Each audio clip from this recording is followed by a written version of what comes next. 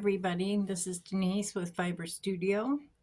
I'm going to make a quick video today because I did a video on strips and how to sew them together to make rag rugs or crochet or whatever you're doing. And some people might not actually know how to break up the strips. As I said in that video, if it's a thicker fabric, you might have to use your rotary cutter on a cutting mat. But for most fabric, you can save some time. Just a sec, let me grab it. Here is a piece of fabric. This is about a yard panel. I usually would use a bigger one, but for this purpose, I'll just do it this way. So basically, you just need the fabrics and your scissors and make a few cuts just to get yourself going. These are the thin fabrics, so I'm making these a couple inches wide maybe. And then you just rip. And I usually have a bucket nearby, so I just toss them in there. And don't worry about the threads. They won't bother you when you're weaving or crocheting. They get tucked into the project. So that's one way to do it. And that's for regular fabric.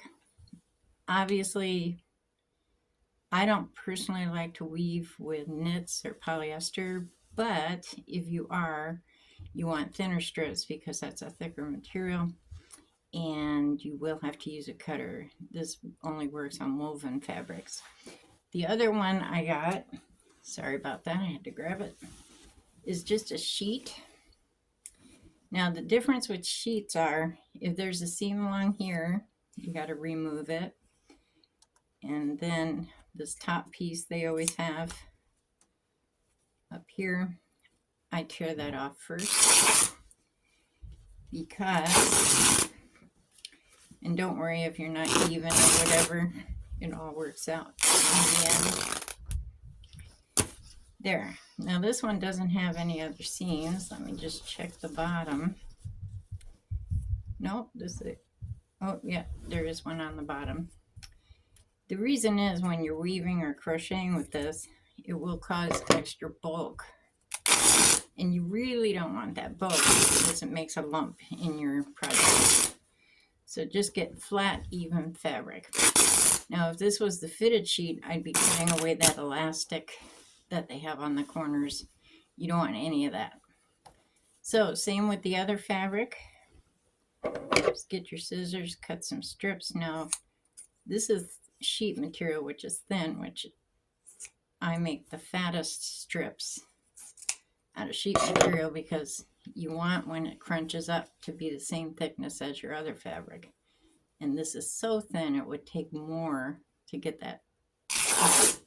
So there you go. And just expect to make a mess. It's not a big deal. But when you get piles and piles of this, then you can start sewing them together. So just get yourself a basket or a bucket, throw these in, and then for each pattern, and then when you go to sew them together, you just have to grab out of those buckets and have your pieces in order the way you want them. If you're interested in seeing how to sew these together so they're easy to use, be sure to catch my other video about how to sew the strips together. And that's about it. It's a